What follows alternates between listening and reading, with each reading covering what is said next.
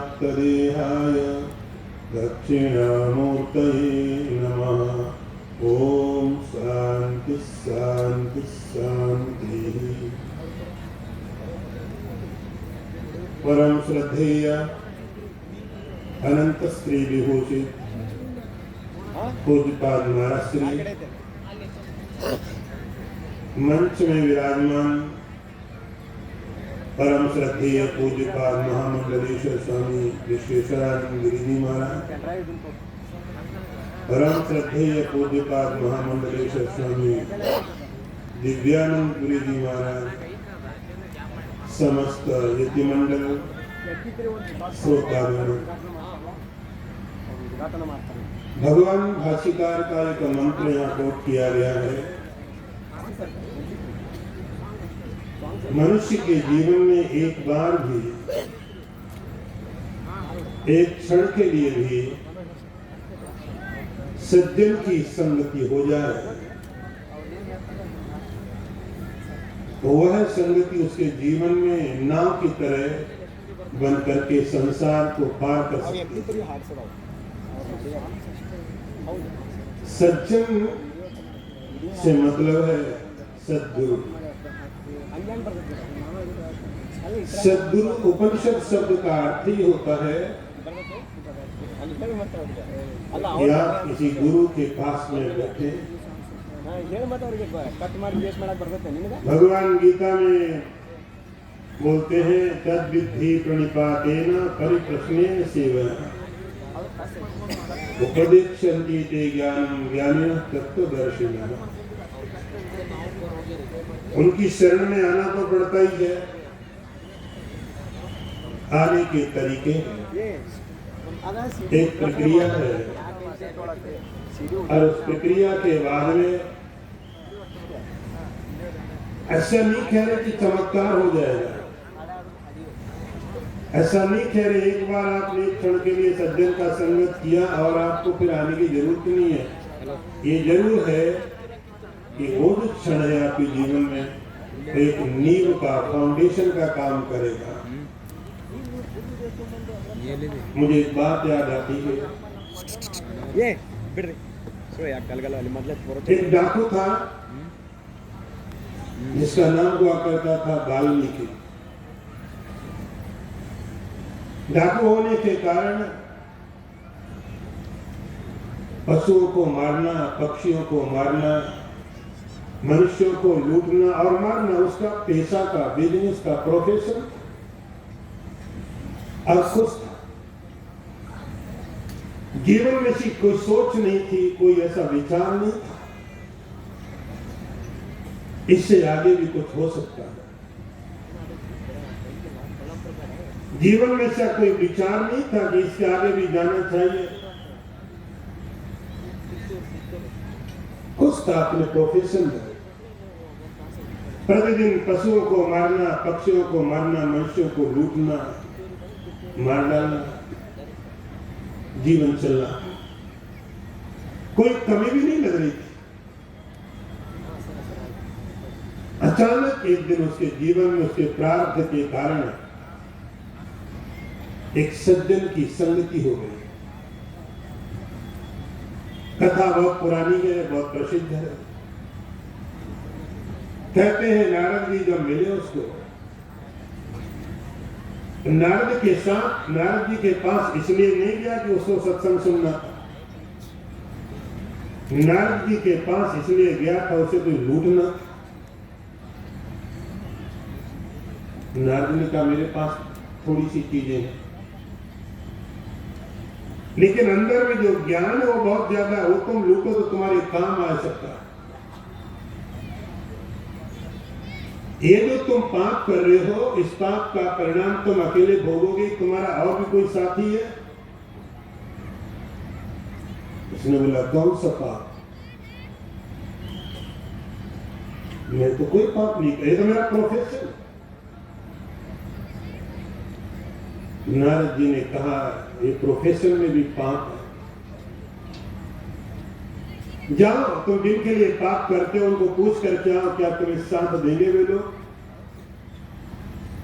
घर में गया तो लोगों ने साफ मना कर दिया, ईमानदार लोग थे, तुम्हारा काम है पैसा कमाने का, हम तुम्हें इस पाप में साथ नहीं देंगे। नारद जी के पास आया और वहीं से डाकू एक महात्मा बन गया। कोई कुछ चमत्कार नहीं है, एक प्रक्रिया, एक प्रोसेस। ये कोई ऐसा चमत्कार नहीं कि हाथ रख दिया और जाओ तुम्हें शक्तिपात कर दिया। तो जो डाकू लोगों को मार के खुश होता, जब वो किसी को मारता था और कोई तड़पता था उसको बड़ा अच्छा लगता। कोई रो रहा है, कोई तड़प रहा है, खून निकल रहा है और वो खुश हो रहा। थोड़े समय के बाद जब नदी के किनारे बैठा है, एक बहेलिये ने एक पक्षी को मारा। घटना दोनों एक जैसी है, पहले ये भी मारता था, ये मारता था, एंजॉय करता था, मर रहा है कोई तड़प रहा है तो अच्छा लगता था। आज परिस्थितियां बदल गई। उस एक सज्जन की संगति के कारण उस पक्षी को मरता हुआ देखा। जब वो तड़प रहा है, खून निकल रहा है और उसके मुख से एक संस्कृत का वाक्य निकल गया, मां निषाद प्रतिष्ठा त्वं मगमी शाश्वतस्तम। हे निषाद, वो भी कोई बहलिया था, उसका कोई साथी रहा होगा। उस वाल्मीकि के अंदर में निषाद को दंड देने की इच्छा नहीं थी, लेकिन उसके मुख से निकला, मां निषाद प्रतिष्ठा त्वं मगमी शाश्वतस्तम। अरे तुमने जो काम किया है, जो पाप किया है, इसका परिणाम ये होगा कि तुम्हें बहुत बहुत वर्षों तक शांति की प्राप्ति नहीं होगी। कैसे व्यक्ति बदलता है, कैसे विचार बदलते हैं, कैसे जीवन बदलता है। और ये जो वाक्य हुआ, ये जो संस्कृत का श्लोक हुआ, ये आदि कवि वाल्मीकि कहलाए, जिन्होंने रामायण का निर्माण किया। एक वाक्य पूरी की पूरी अनंत कथा को जन्म दे गया। एक सज्जन की संगति, चमत्कार की बात नहीं, प्रोसेस की बात है, प्रक्रिया की बात है। मनुष्यों के पास एक क्षमता मिली है और क्षमता है वाणी की, बोलने की। पशुओं और पक्षियों में क्षमता नहीं, वो बोलते हैं बहुत सीमित, उनके बोलने के पीछे कोई कारण होता है। मनुष्यों को जो वाणी मिली है, ये वरदान है। इस वाणी के कारण ही मनुष्यों ने स्कूल बनाए, कॉलेज बनाए, यूनिवर्सिटीज बनाई, हजारों तरह की विद्याओं का अन्वेषण किया। पशुओं में कुछ नहीं हुआ। कितना भी कोई शक्तिशाली पक्षी हो, कितना बुद्धिमान कोई जानवर हो, लेकिन उनके यहाँ कोई विकास नहीं हुआ। मनुष्यों में क्यों हुआ? क्योंकि मनुष्य के अंदर क्षमता है वाणी की। हम अपने मन के भाव दूसरों को बता सकते हैं, दूसरों के भाव हम समझ सकते हैं। इस एक क्षमता के कारण, इस क्षमता के बगैर तब तक कोई संत भी कुछ कर नहीं सकता। तो पहले तो ये समझ में आना चाहिए कि जो मेरा जीवन है, भगवान भाष्यकार का जो वाक्य, वहां का जो कोट, ये जीवन इतना सकल है, नलिनी दलगत जीवन चक्र। को मालूम नलिनी दल क्या हो? कमल के पत्ते पर रखा हुआ कोई पानी का बूंद कोई ओस कितनी निश्चित हो सकती है, किसी भी क्षण समाप्त हो सकती है। जीवन भी उससे ज्यादा सिक्योर नहीं है। किसी व्यक्ति का भी सम्राट हो या कि रोड में पैदा कोई भिखारी हो, जीवन की सिक्योरिटी सबकी एक जैसी है। लेकिन भगवान भाष्यकार कहते चिंता की बात नहीं। जीवन कितना भी सिक्योर ना हो, एक क्षण के लिए भी जब ये विचार आ जाए, वाल्मीकि की तरह, अजामिल की तरह, श्वेत केतु की तरह, तो किसी भी महापुरुष के पास जाकर के भगवान कहेंगे तद विद्धि प्रणिपातेन परिप्रश्नेन सेवया। उसका तरीका, एक प्रोसेस। समित प्राणिम अभिगच्छेत श्रोत्रियम ब्रह्मनिष्ठ। श्रोत्रिय और ब्रह्मनिष्ठ के पास में हाथ में समझा एक तरीका, एक प्रक्रिया है।